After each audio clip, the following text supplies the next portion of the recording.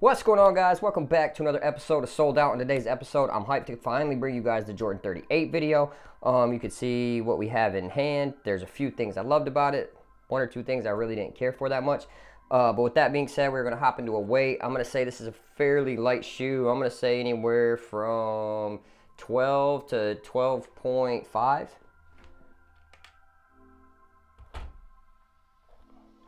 Scale shut off. 12.8, so not a very heavy shoe. Set this one off to the side. Jumping right into it, guys. You can see the heel slip in comfort. Now, I will say this, crazy heel slippage before I figured something out. So you guys can see these right here, these lace loops right here, the upper ones. I only had them to this one right here. I did not think that would make much of a difference when it comes to heel slippage. The shoe it didn't slip. It just kind of felt like loose back here. So, I mean, I guess it just felt like it was gonna slip, basically.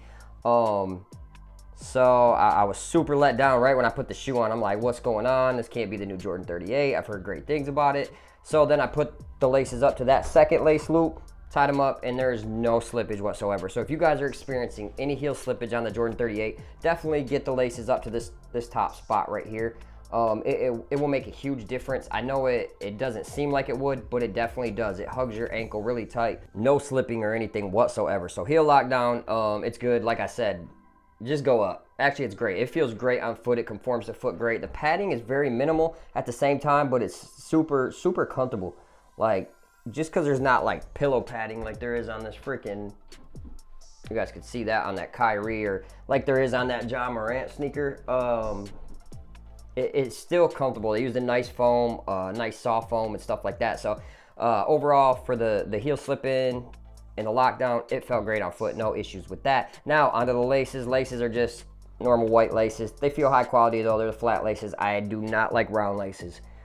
I've been really noticing lately that round laces just slip. They're always coming untied, like all the time. So if you got round laces, you might want to just consider double knotting them up, even if you're good at tying shoes. It has nothing to do with good at tying shoes. Just the constant stretch and the round shape, it slips.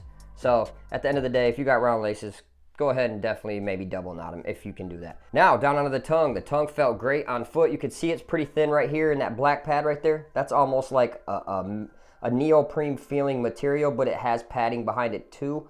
So it's definitely great on foot. It feels good when it's like coming up onto your shin. And the tongue is great. I love the tongue. It's kind of stretchy, conforms to foot, breathable. So everything I like in a tongue, Jordan 38 has it. Now, down onto materials. Don't know what the hell Jordan Brand was thinking. Like, I'm like, they killed it. I got this in hand and I'm feeling this material back here. I'm feeling this right here. Feels good. All this right here, this woven stuff, it's almost like a yarn. It feels great. There's padding behind that too, which feels good on foot.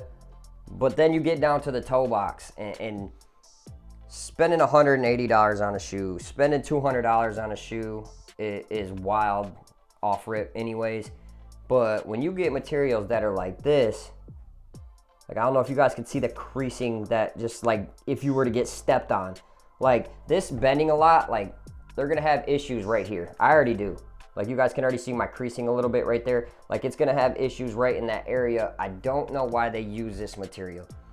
Like a mesh, or even running this down a little bit further and having some other material on the toe box would be great. But I do not like the toe box on this sneaker. It's probably the worst toe box that I have felt in a very long time. I don't even have another sneaker up here that's bad as this. This is just terrible. Like the material just creases just by touching it, guys. It just instantly crease. So I don't like that. I really hope a lot of the other colorways come out with a different material on that toe box. Or if they're gonna do a low sneaker, Jordan Brand, hurry up and get rid of that. Just get rid of that material. That material is trash. I do not like that material. We should not put that on any Jordan Brand with products moving forward in the future. So Jordan Brand, take down that note. Now, moving on to support and lockdown. Felt great on foot, right? Doing runs and stops, hockey stops and stuff like that. Stayed locked in, had no issues. Stability's good. It has a wide base, but not a crazy wide base. You guys can kind of see it has a little bit of outrigger right there, but nothing crazy. But stability and lockdown for the most part felt great on foot. Now, down onto my favorite thing about the sneaker is going to be the cushion. So the Zoom Strobel felt great on foot. You could really feel that. And I'm pretty sure, I thought this was Formula 23 down here. Some are saying that it's Cushlon 3.0. Whatever it is, it's super soft. But what Zoom Strobel does, it takes away from feeling new material, like new foam, new rubbers, new anything. So you can't really tell for the most part if Cushlon 3.0 feels great underfoot because you're just riding on air. You got that Air Zoom Strobel the whole way of the shoe, and it feels great on foot. The more you play in it, the more the Zoom Strobel bounces back. So I wore these for like an hour the other day, did some like training stuff with my kids, and then I wore them in an open gym, and they felt great on foot. Like you could feel the bag, the Zoom Strobel bag was like more bouncier than it was the time before, like right out the box. So if you guys are looking for more bounce, just wear them a few times. Like you don't got to return them or nothing like that. They will get a little bit more bouncier as you break them in and warm up everything in the sneaker. So overall, this is definitely top tier cushion. It's not the Nike GT Jump 2, but it's still right up there, man. It feels great. Anything with a Zoom Strobel in it, besides the GT Cut 2, the GT Cut 2, the React kind of takes away from the Zoom Strobel. Feels great on foot, but you can't really feel the Zoom Strobel on foot. You still get that impact protection, but you don't feel it necessarily like you do in these Cosmic Unities and stuff like that. The KDs, not the KD16s, the KD15s. Now, down on the traction. I was in a clean gym, but overall, for the most part, traction was freaking top tier. Stopped on a dime, no slip outs. I had no issues with slipping in these at all. So at the end of the day, the traction definitely felt good on foot. I would recommend these to anybody that would want to rock them. I actually enjoyed playing in these when it came to traction. The only thing I really did not care about at the end of the day was this stuff right here. I just don't like it. I think they did a dope, paying homage to the Jordan 8. They did the X right here. Even though I think they should have did something with a strap up here, it might have been a lot cooler. And I like how they implemented the Cushlon 3.0, and it's kind of exposed. You can feel how soft it is. There is no way in hell that they're going to be able to make a shoe with just that Cushlon 3.0 as like the foam carrier.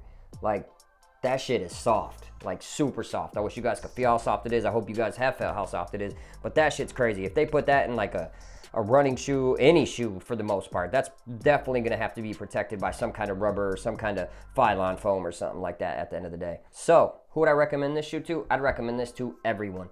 Guards, if you want a responsive sneaker, might not be it.